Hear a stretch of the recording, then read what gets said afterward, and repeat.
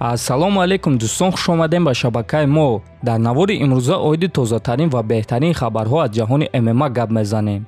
шахсоне ки доруҳои гиёҳӣ дастрас кардан мехоҳанд, шумо метавонед доруҳои даркории худро аз ширкати шифофармо дастрас кунед ва ҳамин гуна ҳам доруҳои даркории худро харидорӣ мекунед ва ҳам моро дастгирӣ мекунед. доруҳо барои ришу мӯйсарбарорӣ, барои хунукзадагӣ, барои хароб ва фарбеҳшавӣ, равғани сиёҳдона барои ҳама дардҳо. худи ҳозир ба номерҳои дар рӯи экран буда занг зада доруҳои даркории худро дастрас кунед ва ҳатман аз номи канали Паҳлавон гап занед. топови ҷангвари UFC дар вазни нимёна Ҳамзат Чимаев гуфт ки баъди муҳориба зидди Гилберт Бёрнс бо кӣ муҳорибаи навбатии худро гузарондан мехост. ҳозир ман Гилберт Бёрнсро шикаст медиҳам ва баъд бо ғолиби муҳорибаи Колби Ковингтон ва Хорхи Масвидал вомехӯрам, чунки камару Усман осеб дорад. умедворам ки камару худро зуд барқарор мекунад, чунки бо ӯ ҷангидан мехоҳам. ғолиби муҳорибаи мо бо ғолиби муҳорибаи Ковингтон ва Масвидал муҳорибаи додталабӣ гузаронда метонем, ё ин ки ҳатто барои камарбанди муваққатӣ ва вақте ки Усман сиҳат мешавад, пас бо ӯ меҷангем. ин кори дуруст мешавад, гуфтааст Чимаев. ҳамчунин Ҳамзат Чимаев дар муҳорибаи Колби Ковингтон ва Хорхи Масвидал прогнози худро дод. фикр мекунем ки онҳо муҳорибаи хуб нишон медиҳанд. Масвидал каме фаворит аст, аммо Колби Ковингтон низ ҷангвари сахт аст. мебинем дар муҳориба ҳама кораш шуданаш мумкин аст. ман фикр мекунам ки онҳо имконияти 50% ба 50% доранд, илова кардааст Чимаев. хотиррасон мекунам ки муҳорибаи Колби Ковингтон ва Хорхи Масвидал аллакай рӯзи 5 март дар турнири UFC 272 баргузор мегардад.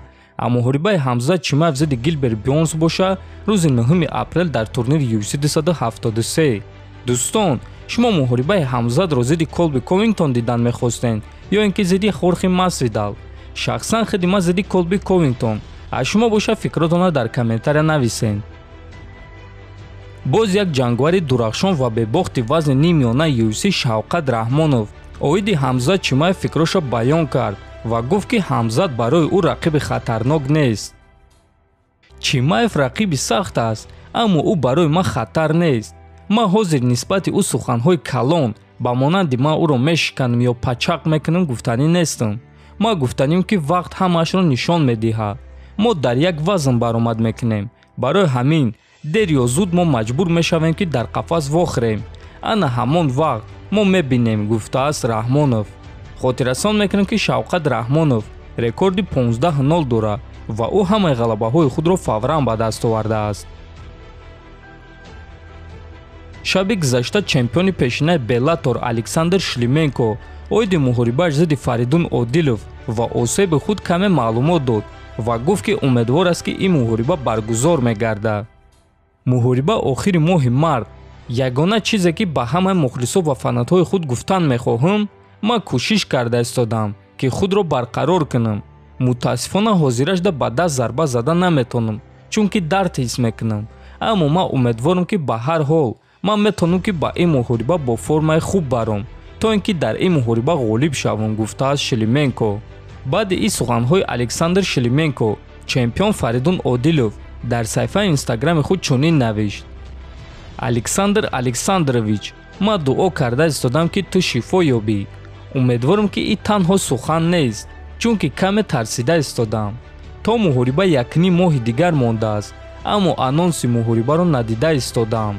дар ҳаққаш дуо кардастам ки бироя бой уже, навиштааст Одилов. хотиррасон мекунам ки аз рӯи хабарҳо ин муҳориба бояд ки рӯзи 22 март баргузор гардад, аммо то ҳол аз тарафи ташкилоти Eagle FC анонси ин муҳориба расман эълон шудагӣ нест. ба ҳар ҳол дӯстон, умедвор мешавем ки ин муҳориба моҳи март баргузор мегардад. дар ҳамин ҷо дӯстон, навор ба поён мерасад. ҳатман фикр ақидоатонро нависен, дар канал обуна шавен. то боздид хонободу сарбаланд бошен.